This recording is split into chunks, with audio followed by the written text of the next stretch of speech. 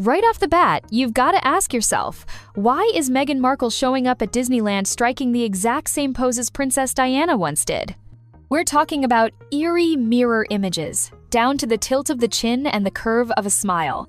Royal watchers have called it borderline pathological and unsettling reenactment that feels less like homage and more like an identity heist.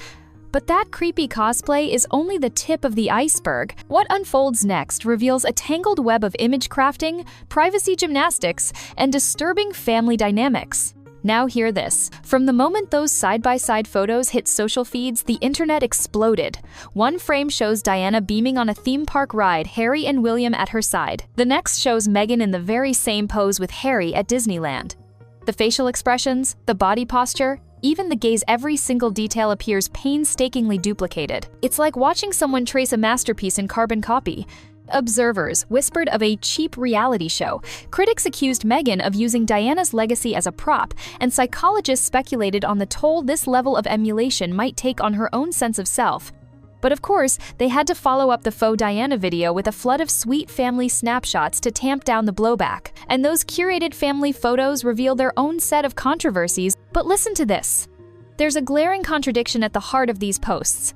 The newsletter Ready Parenting Parade versus the blacked-out baby faces. Piers Morgan wasn't exaggerating when he roasted the privacy paradox. On one hand, they share daily streams of children playing, hugging, smiling, then blur out every little feature to protect their identities. It's the digital equivalent of shouting, "Look at us," while covering your ears.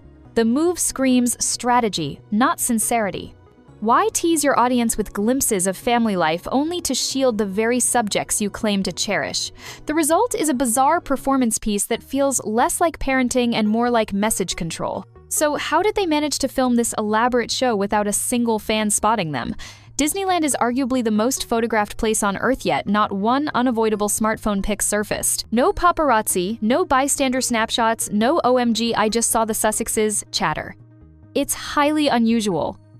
But when you factor in VIP perks, secret passages, early morning ride runs, private in-park apartments, you begin to see the blueprint. Imagine slipping through back corridors, boarding attractions before the crowds arrive, staying in an exclusive suite that costs as much as a small home rent. You could orchestrate every shot without worrying about unsuspecting parkgoers crashing the frame. And if you really want to control every pixel, you Photoshop and over-edit until the scene looks too polished to be real. When you squeeze out every trace of spontaneity, you end up with staged still lifes masquerading as candid family fun. Beyond the performance lies a darker family drama: favoritism. Rumor has it that Meghan's attention fixates on daughter Lilibet, while Archie gets second billing. Recall that People article where Meghan gushed about wanting to build a legacy, not for my children in general, but especially for Lily. Then look at the social media breakdown. 2 photo posts for Lily's birthday, each bursting with cuddles and solo portraits. Archie, one distant shot of him gazing at the ocean. It's like Lily's a lead character in an Instagram musical, and Archie got the understudy role. Critics argue this imbalance could fuel lifelong sibling rivalry and that Harry's visible clinginess toward Archie is his way of compensating for mom's clear bias. If these rumors hold water, they're raising a recipe for resentment in kids who are supposed to be equals under the crown. And that brings us to Harry's place in all this.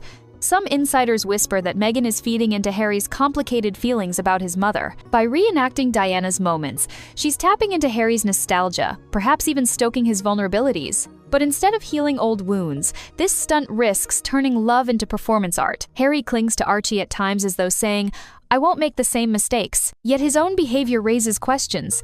Is he a doting dad or a co-star in Meghan's elaborate production? When the cameras click, you see 2 performers vying for the public's gaze: Harry as the protective husband-father, Meghan as the meticulously choreographed lead. Off-camera, though, the Whisper Network suggests a more turbulent backstage filled with tension, guilt, and emotional script changes.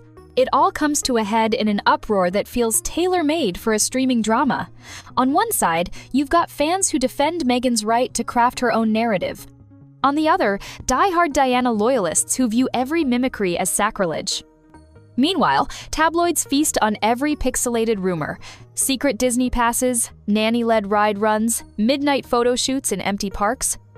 And through it all, Meghan and Harry maintain radio silence, letting the rumor mill spin out story after story, while controlling just enough footage to keep the conversation alive. It's a game of theatrical half-truths, designed to dazzle the masses while keeping critics on their toes. So what's the takeaway? Are we witnessing a genius-level brand reboot? Or a troubling psychological spiral? Does this perfectly polished gallery of reenactments reveal a craving for acceptance or a desperate bid to rewrite history? Perhaps it's both. One thing is clear: the line between genuine affection and staged spectacle is thinner than ever. And until the next round of filtered photographs drops, the court of public opinion will remain divided, with everyone wondering which version of the Sussex story is the real one. Drop a comment with your take on this whole spectacle, and again, remember, none of this is confirmed fact. It's all just rumors for entertainment purposes.